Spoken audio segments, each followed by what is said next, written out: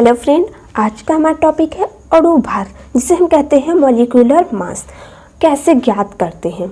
देखिए, जब हम सॉल्यूशन चैप्टर पढ़ते हैं ना, तो उसमें आता है विलेय विलायक। जब हम क्वेश्चन की प्रैक्टिस करते हैं तब तो हमें विलेय मतलब सॉल्यूट जिसे बोलते हैं, उसका हमें मोलर मास ज्ञात करना होता है।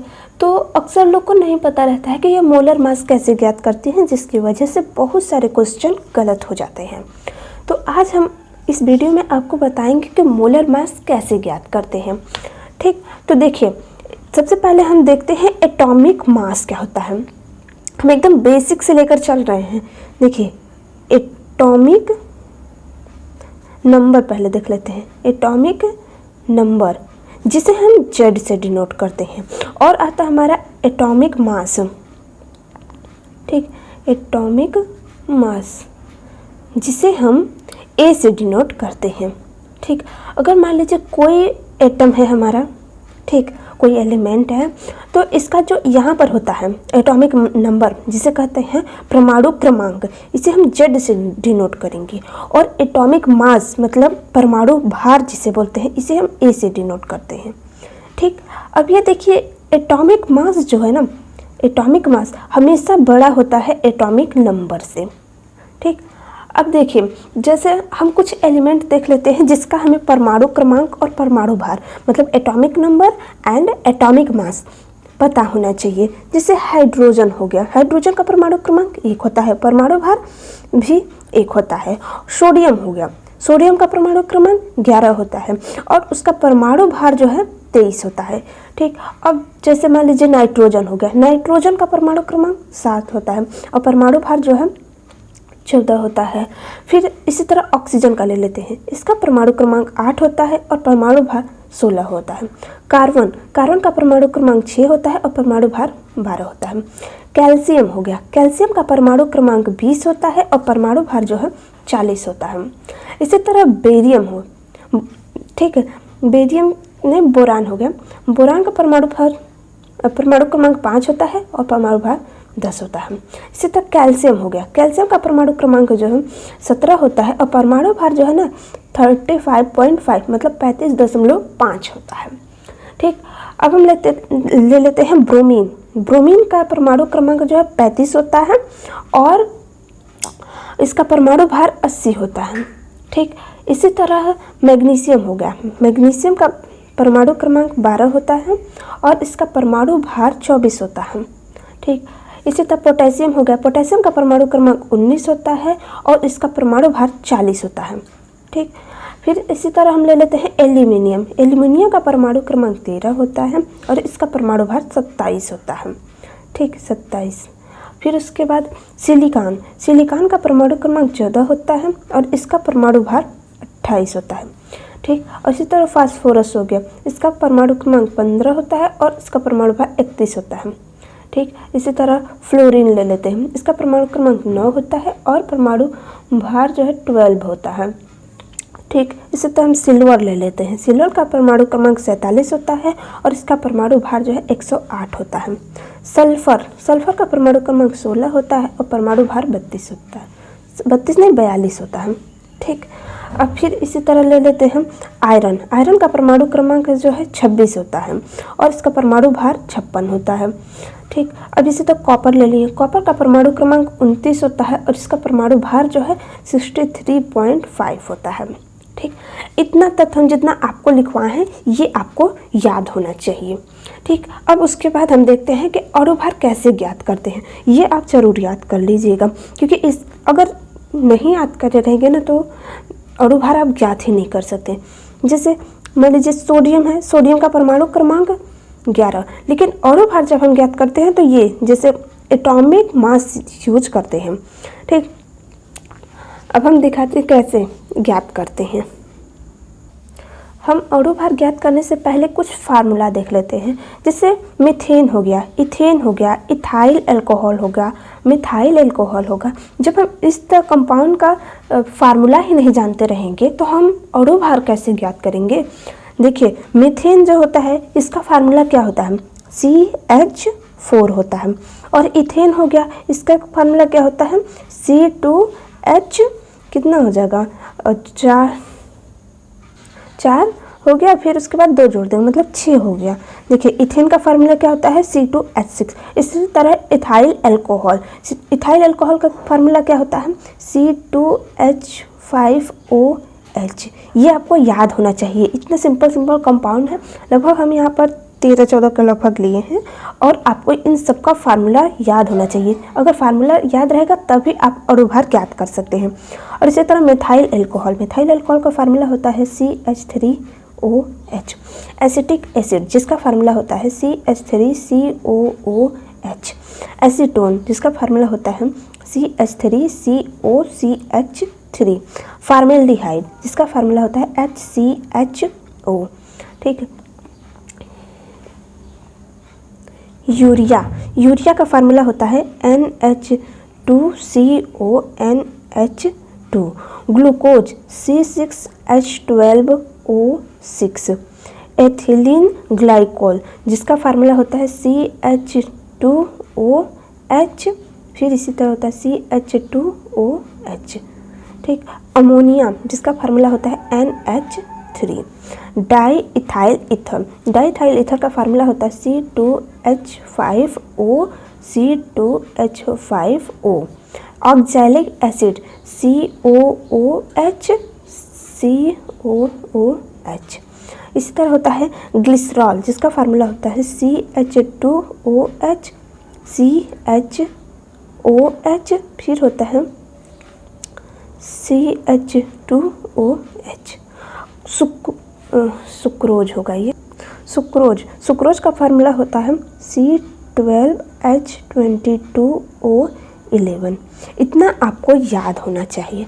अब देखिए हम अणुभार कैसे ज्ञात करते हैं। जब आपको इतना पता हो जाएगा ना तो आप बहुत इजी तरीके से ज्ञात कर सकते हैं अणुभार। देखिए इसमें से हमको ज़्यादातर नाइट्रोजन मिले हैं, कार्बन मिले हैं, हाइड्रोजन मिले हैं, ऑक्सीजन मिले हैं। इनका हमें परमाणु क्रमांक और परमाणु भार ज्ञात होना चाहिए। जैसे नाइट्रोजन हो गया, नाइट्रोजन का परमाणु भार कितना होता है 14 होता है, मतलब 14 हो गया। ऑक्सीजन 816 मतलब 8 परमाणु क्रमांक और 16 परमाणु भार। कार्बन 612। इस तरह याद कर लीजिएगा। अब हम अणुभार ज्ञात करते हैं। देखिए हमें मीथेन का अणुभार ज्ञात करना है। अणुभार को हम M से डिनोट करते हैं और मीथेन जो है यहाँ पर हम मान लेते हैं CH4। ठीक, क्योंकि हम लिखते थे ना MA या MB, तो AB क्या है सॉल्वेंट है कि सॉल्यूट है, तो जो भी दिया रहेगा क्वेश्चन में, जैसे CH4 हो गया मीथेन, इसका हमें अणुभार ज्ञात करना है तो हम इक्वल कर देते हैं। अब इसके बाद देखते हैं हम कार्बन की संख्या। कार्बन 1 है तो हम 1 लिख देंगे, फिर इसके बाद मल्टीप्लाई कर देंगे और इसका अणुभार ज्ञात करते हैं। अणुभार कितना होता है कार्बन का अणुभार कितना होता है 12 होता है। ठीक है। फिर देखिए यहाँ पर हर एक एटम को हम प्लस करते जाएंगे, मतलब ऐड करते जाएंगे, प्लस लिख दिए। अब यहाँ पर देखिए हाइड्रोजन है, कितने हाइड्रोजन है 4, तो हम लिख देंगे 4 गुणे। अब देखिए यहाँ पर हाइड्रोजन 4 है और इसका अणुभार कितना होता है, परमाणु भार कितना होता है 1 होता है, तो 1 लिख दिए। अब हम मल्टीप्लाई कर देंगे। देखिए 12 का 1 में गुणा करेंगे तो 12 ही आएगा और 4 का 1 में करेंगे तो 4 ही आएगा, मतलब 12 + 4 बराबर 16 हो गया। 12 × 4 16। ये इसका एटॉमिक मास ज्ञात कर लिए। मतलब CH4 का एटॉमिक मास कितना होता है 16 होता है। ठीक। अब देखिए इसी तरह इथेन का कैसे ज्ञात करेंगे। M लिखेंगे C2H6। अब सबका हम यहाँ पर देखिए कार्बन कितने हैं 2, तो लिख देंगे 2 गुणे। अब यहाँ पर देखिए कार्बन का एटॉमिक मास कितना होता है 12, तो लिख देंगे 12 प्लस हाइड्रोजन कितने हैं 6 हैं। अब इसका एटॉमिक मास कितना होता है 1 होता है, तो हम मल्टीप्लाई कर देंगे। 12 दूनी के 24 हो जाएगा, प्लस 6 का 1 में गुणा करेंगे तो 6 ही आएगा। कितना हो गया इसका परमाणु भार 24 और 6 कितना हो जाएगा 30 हो गया इसका अणुभार। इसी तरह हम इथाइल अल्कोहल का ज्ञात करेंगे, तो M(C2H5OH). ठीक। अब देखिए इसका हमें ज्ञात करना है। कार्बन कितने हैं 2 हैं, तो लिख देंगे 2 × कार्बन का परमाणु भार कितना होता है 12। फिर सबको जोड़ देंगे। अब यहाँ पर देखिए 5 हाइड्रोजन यहाँ पर है, 1 यहाँ पर, मतलब 5 1 6 बार आया हाइड्रोजन, तो लिख दीजिए 6 × कितना इसका होता है परमाणु भार 1 होता है, तो 1 लिख देंगे। फिर ऑक्सीजन का, ऑक्सीजन कितने हैं, 1 है तो लिख देंगे 1, और इसका परमाणु भार कितना होता है, 16। अब सबको हम जोड़ देते हैं। देखिए 12 दूनी के 24 हो गया, ठीक, प्लस 6 का 1 में गुणा करेंगे तो 6 ही आएगा, और 16 का 1 में करेंगे तो 16 ही आएगा।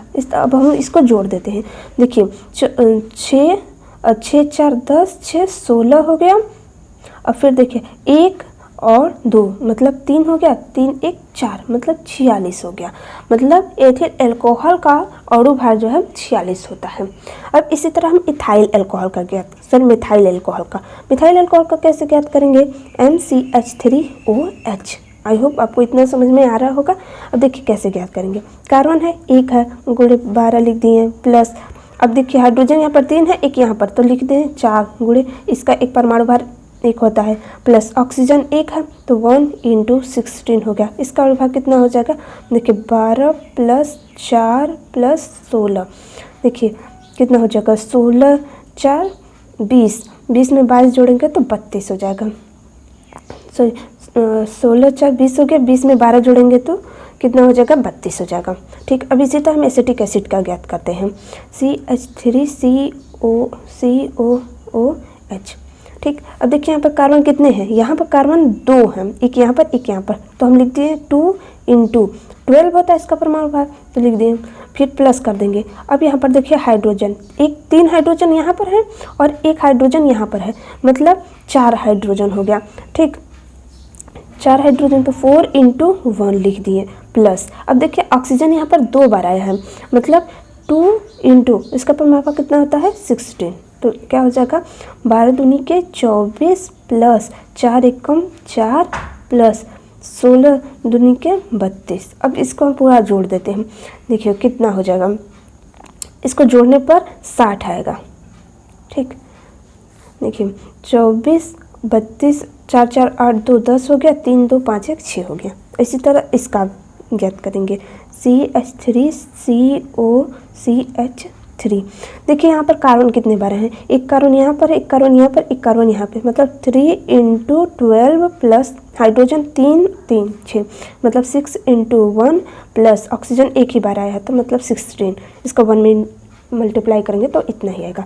मतलब अब इसको जोड़ दीजिए, 12 3 36 प्लस 6 प्लस 16 जोड़ देते हैं, 6 6 6 6 12 36 18 हो गया, हासिल 1, फिर 3 1 4 1 5 हो गया इसका परमाणु भार। अणु भार ज्ञात कर लिए। अब देखिए हमें फॉर्मेल्डिहाइड का मोलर मास ज्ञात करना है, HCHO। देखिए इसका कितना होगा, कार्बन का कितना है, कार्बन कितने हैं, 1 है तो 1 × 12 प्लस हाइड्रोजन यहाँ पर 2 है तो क्या हो जाएगा, 2 × 1, ऑक्सीजन 1 है तो 16 हो गया। अब इसको हम मल्टीप्लाई कर देते हैं। देखिए 12 हो जाएगा प्लस 2 हो जाएगा प्लस 16 हो जाएगा। अब इसको जोड़ देते हैं। देखिए 2 2 4 6 10 हो गया, और 1 1 2 1 3 हो गया, मतलब फॉर्मेल्डिहाइड का अणु भार 23 होता है। ठीक, अब देखिए इसी तरह आप इन सब का ज्ञात करिएगा, वीडियो पॉज कर करके। अब देखिए हम बता दे रहे हैं आपको, NH2CONH2, ये हमारा यूरिया हो गया। यूरिया का हमें परमाणु भार ज्ञात कर, अणु भार ज्ञात करना है, तो कैसे ज्ञात करेंगे। देखिए यहाँ पर नाइट्रोजन 2 बार आया है तो 2 लिख देंगे, इंटू नाइट्रोजन का परमाणु भार कितना होता है, 14 होता है, लिख दें 14, प्लस अब उसके बाद हाइड्रोजन का, हाइड्रोजन कितने हैं, 4 है तो लिख दिए 4 × हाइड्रोजन का परमाणु भार कितना होता है, 1 होता है, प्लस अब देखिए यहाँ पर कार्बन है, कार्बन का परमाणु भार कितना होता है, 12 होता है, कितने बार आया है, 1 तो लिख दें होगा × 12। ऑक्सीजन कितना है, 1 ही है तो 1 × 16। अब हम सबको जोड़ देते हैं। देखिए 14 दूनी के 28 हो गया, 28 हो जाएगा।